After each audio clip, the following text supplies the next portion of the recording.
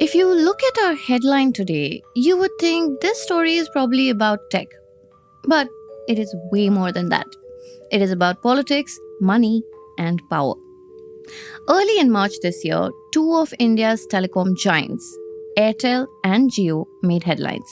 Within 12 hours of each other, they each claimed to have struck a commercial deal with Starlink, Elon Musk's satellite internet service. The same Starlink that they once opposed tooth and nail. And then there was silence. No media frenzy, no dramatic protests from the industry. It seemed more like the kind of quiet that comes with the realization that something long resisted is now inevitable. You see, for years, satellite based internet in India was stuck in a regulatory holding pattern. Telcos had been lobbying hard to keep satellite communications or SATCOM at bay. But in the background, the ground kept shifting. The country's internet growth had begun to stall. The gaps, rural, remote, unconnected, were becoming too obvious to ignore. By March this year, the pressure had built up. Sources say that a little nudge from the Prime Minister's office helped to move things along. The telecom regulator released its long awaited recommendations for satellite communication. The Department of Telecom, for its part, added a new checklist of strict security conditions. And just like that, Starlink now has a clear path to beam broadband from space. Amazon's Kuiper is expected to follow by mid 2026. So, all these telcos that had once blocked the entry of SATCOM are now officially in business with them. But before you start picturing millions of Starlink dishes popping up across Indian rooftops, hold that thought, because this is not quite the partnership that it appears to be. And while the headlines make it sound like a win-win, the real story of cost, competition, control, and convenience is far murkier than you think.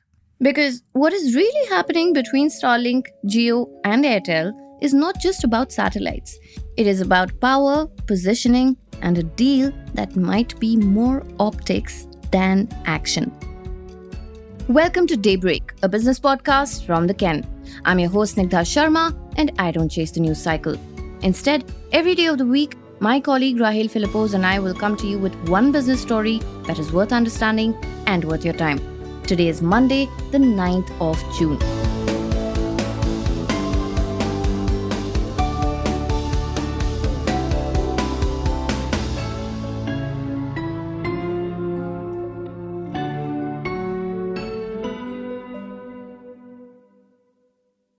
So let's rewind to May 20th of this year. That is when India's communications minister said something that was quite bold. He said India could see the fastest satellite communications rollout in the world. Now, that statement was not random. Because for years, telcos like Airtel and Jio fought hard against satellite internet players like Starlink. Lobbying, objections, red tape, the works. But now, Starlink has a letter of intent from the Indian government, which is a green light to start operations. So, what changed? Well, a part of it is political. Sources say that there was a nudge directly from the Prime Minister's office. They wanted to push things forward, and the telecom regulator's recommendations on SATCOM had been sitting idle for months. Something had to give. So, Airtel and Jio moved fast. They announced deals with Starlink, not because they suddenly loved satellite tech, but because they wanted to control the narrative. Even insiders admitted it to my colleague, the Ken editor Seema Singh. As one SATCOM executive put it, and I'm quoting, "In our heart of hearts, we know this is the best we can get after all these years of opposition."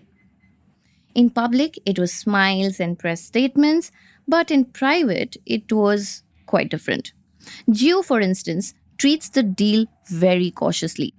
A senior executive there said Jio is not just a distributor. No tech transfer, no deep partnership. It's just going to be about sales. Airtel's tone, meanwhile, is a little more optimistic, but again, limited. They point out how expensive it is to serve remote areas with fiber. And that is where Starlink might help, offering satellite backhaul in places where cable just cannot reach.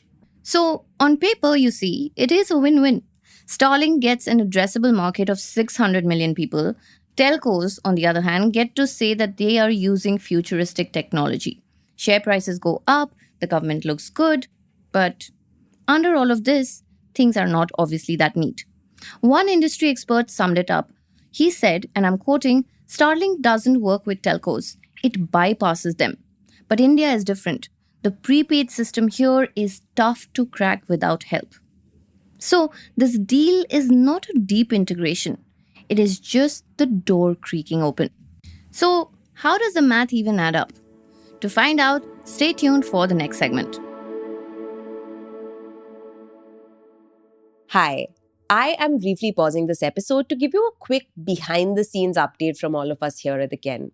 We are working on some big, bold projects this year. Think events, think community, think leadership training. These are some real non-linear creative leaps that we're taking. But to bring all of these ideas to life, we need great design. Which is why we are looking for an ambitious product designer to join our team. Someone with 2 to 4 years of experience in UI, UX, and editorial design who can think deeply and design thoughtfully. Now, if that sounds like you or someone you know, check out the details in the show notes below. All right, with that out of the way, let's get back to the episode.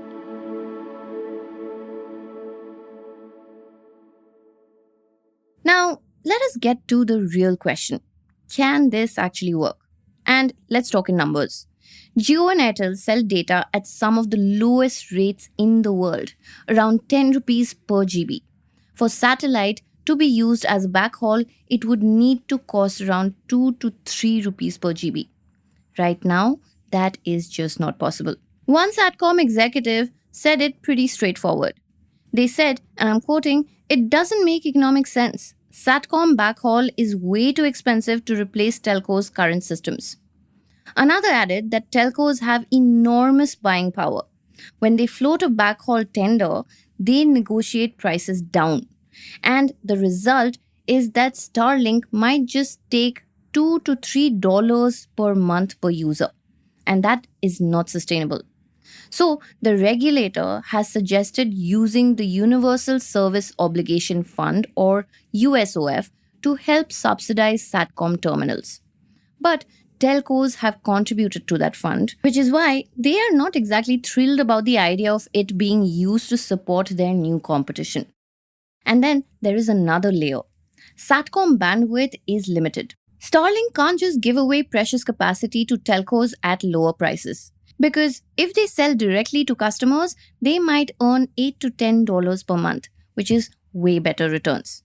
Still, in India, direct sales are not easy. Do-it-yourself setups do not really work here, and even savvy users expect someone to install the terminal for them. So, Starlink does need help for ground infrastructure, customer service, and local presence. That is why a telco tie-up, even a shallow one, matters. But here's the thing. No matter how they price it, Starlink will not be able to match Indian broadband rates. Not even close. In some markets, Starlink charges $80 a month.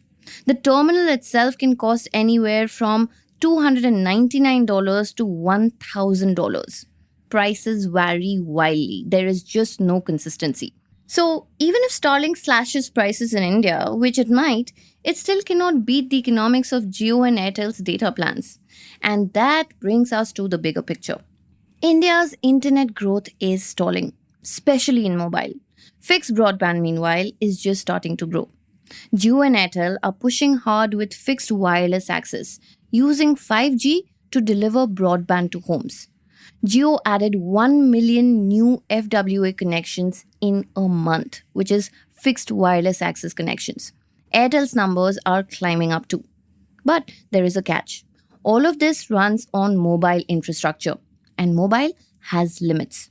As more people use FWA or fixed wireless access, 5G speeds are dropping. Experts say that in most countries, fixed fiber is the backbone. Mobile is the fallback. But in India, the opposite is happening. Fiber is patchy, mobile networks are doing all the heavy lifting, and they are getting strained. And that is where SATCOM could step in. Not to compete head on with telcos, but to fill the gaps, to reach more remote areas, to serve customers who need reliable internet where no fiber exists. But make no mistake, this is not about replacing Jio or Airtel. It is about complementing them, even if that comes with friction. Behind the scenes, telcos are already gearing up to challenge the SATCOM policy. They say it could disrupt the competitive balance. Because while they fight on one front, they are also trying to monetize their own 5G investments. And there is one last twist. Jio and Airtel already have existing satellite partnerships, but those are mostly B2B or government focused. Starlink, by contrast, is built for customers. And that is what makes this such a tense dance. Everybody is watching, everybody is hedging, and no one, not even Elon Musk, knows exactly how it will play out.